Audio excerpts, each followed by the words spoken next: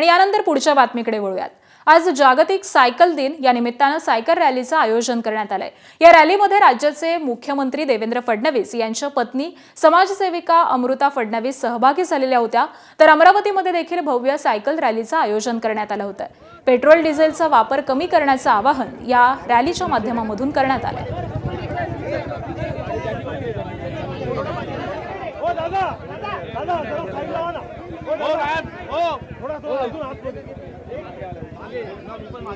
मागे मित्रा photographer phone आहे भाई कॅमेरा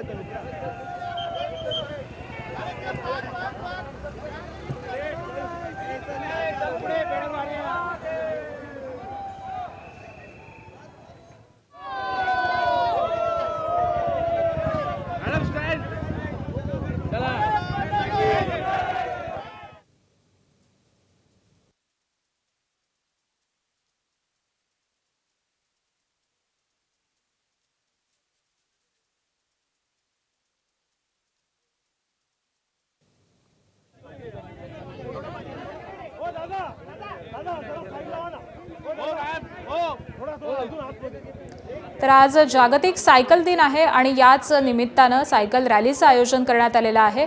मुंबई असेल त्याचबरोबर अमरावती असेल या ठिकाणी सायकल रॅलीचं आयोजन करण्यात आलं। मुंबईमधून ही सायकल रॅलीची दृश्य आपण पाहतोय। अमृता फडणवीस यांनी या रॅलीमध्ये सहभाग घेतलेला आहे। त्याचबरोबर अभिनेता जॅकी श्रॉफ देखील या रॅलीमध्ये आपल्याला दिसून आलेले आहेत। अमरावतीमध्ये देखील मोठ्या उत्साहामध्ये ही रॅली काढण्यात आलेली आहे। आज जागतिक सायकल दिन आहे आणि याच निमित्तानं ठिकठिकाणी या रॅलीचं आयोजन करण्यात आलंय।